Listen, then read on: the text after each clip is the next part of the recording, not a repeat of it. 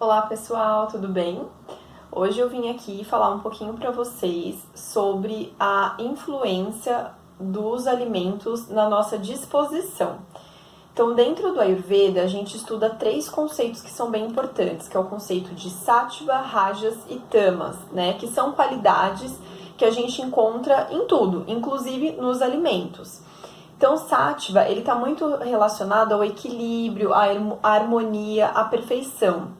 Rajas, ele está muito relacionado ao movimento, agitação, turbulência. E Tamas é totalmente o oposto de Rajas, né? Então, Tamas ele já está mais relacionado à inércia, resistência, estagnação, embotamento e letargia. Então, se a gente entende esses 3 conceitos, a gente pode deduzir qual que é o efeito dos alimentos rajásicos, tamásicos e sáttvicos no nosso corpo e também na nossa mente. Então, os alimentos sáttvicos, eles são alimentos que aumentam a nossa resistência física, a nossa saúde e promovem longevidade. Então, eles são alimentos mais leves, de sabor mais adocicado, de sabor mais leve também, de fácil digestão, são alimentos mais puros. Então, dentre eles, a gente pode citar a lentilha, o feijão moyashi, as frutas doces, as oleaginosas, o ghee, o leite orgânico, o mel, os vegetais de sabor mais suave, a camomila, a melissa, o cardamomo, entre outros alimentos. Os alimentos rajásicos, eles são aqueles alimentos que estimulam o nosso sistema nervoso e estimulam o movimento, a ação e até a nossa atividade mental. Então, em excesso, se eles forem consumidos, né, se a gente consome muito desses alimentos, eles podem provocar até alguns sentimentos e emoções, como uma certa inquietude, nervosismo e até irritabilidade. Então, como o Raja está muito ligado ao movimento, à ação, então a gente supõe que pode haver um aumento de Vata, né, que também está ligado ao movimento. E também pode acontecer um aumento do dosha Pitta no nosso corpo, porque o Pitta também está muito relacionado a essa questão da irritabilidade e da raiva. Então, são alimentos que têm sabores mais fortes, mais marcantes, né?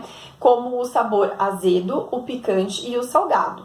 Então, dentro desses alimentos, a gente pode citar, por exemplo, as carnes vermelhas, as carnes brancas, o álcool, o feijão preto, o amendoim, as frutas ácidas, o iogurte, a coalhada, o tomate, a berinjela, a rúcula, o alho também é bem rajásico, a cebola. Aí a gente encontra o café, o mate, o chá verde, o chá preto, o guaraná e o chimarrão também, que são alimentos bem estimulantes e que a gente já sabe que são, né? Por outro lado, a gente encontra os alimentos tamásicos, que é totalmente o oposto dos alimentos rajásicos. Então, os alimentos tamásicos, eles geram um desgaste e prejuízo mesmo para a saúde, né? Então, eles podem gerar uma letargia, uma lassidão, um embotamento, preguiça, tristeza e pode até fazer com que a gente produza muita secreção no nosso corpo, né? Então, eles são alimentos muito mais pesados, são considerados impuros e têm um sabor muito forte.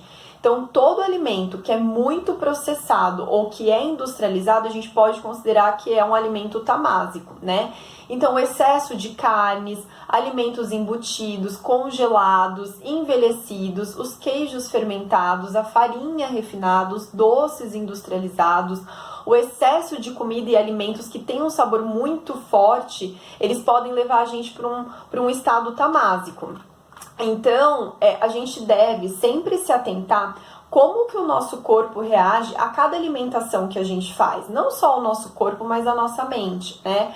Por exemplo, compara, lembra ou para observar daqui para frente. Se você come um fast food, um hambúrguer cheio de queijo, né, com muita gordura, batata frita, refrigerante, depois come um doce industrializado ou um sorvete cheio de calda de chocolate por cima, tudo bem industrializado. Como você se sente? Você se sente para baixo, cansado, preguiçoso ou com energia para você trabalhar? Agora pensa numa alimentação super saudável, quando você come um arrozinho, um feijãozinho, os legumes, verduras, vegetais, quando é uma alimentação bem equilibrada, você tem ou não disposição para fazer as coisas que você tem para fazer no seu dia? Então, é muito nítida essa diferença, né? A gente pode observar o nosso próprio corpo e a gente vai entender essa diferença.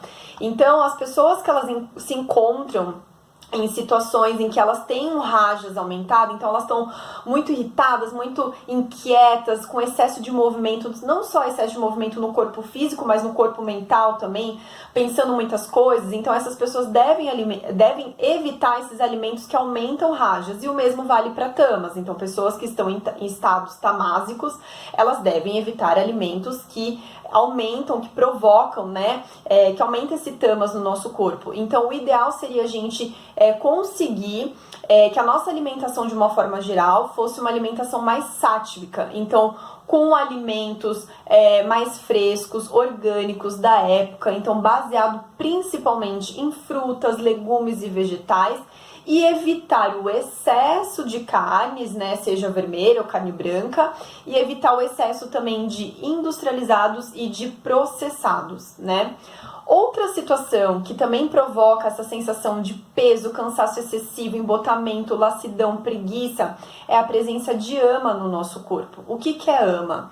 Ama é todo alimento que não foi devidamente digerido. Então é como se ele tivesse cru, né? E como que ocorre a formação de ama? Então ama ocorre porque o nosso acne, ou fogo digestivo, ou capacidade digestiva, não está bom. Então o nosso fogo digestivo não está conseguindo digerir adequadamente aquele alimento que a gente coloca para dentro, então fica esse alimento mal digerido dentro do corpo, e isso provoca todos esses sintomas que eu falei, certo? Então, quando você vai num terapeuta ayurvédico, o que ele vai fazer? Ele vai detectar a presença de ama, se existe ou não ama no teu corpo. Se existir, ele vai bolar toda uma alimentação, ele vai modificar a sua alimentação, né? E ele pode indicar o uso de especiarias, de algumas ervas, tanto para ajudar a eliminar a ama do corpo, quanto para aumentar esse fogo digestivo. Então essa terapia a gente chama de Panapachana, que é para tirar a ama, mas também é para aumentar o fogo digestivo, certo? Mas sempre com acompanhamento do terapeuta. E aí, nesses casos, o terapeuta pode até indicar a realização de algum jejum por algum tempo que ele ache necessário, ou monodieta, que é a ingestão de um tipo de alimento específico durante um período, seja um dia, 2 dias, 3 dias, uma semana, aí é o terapeuta que decide.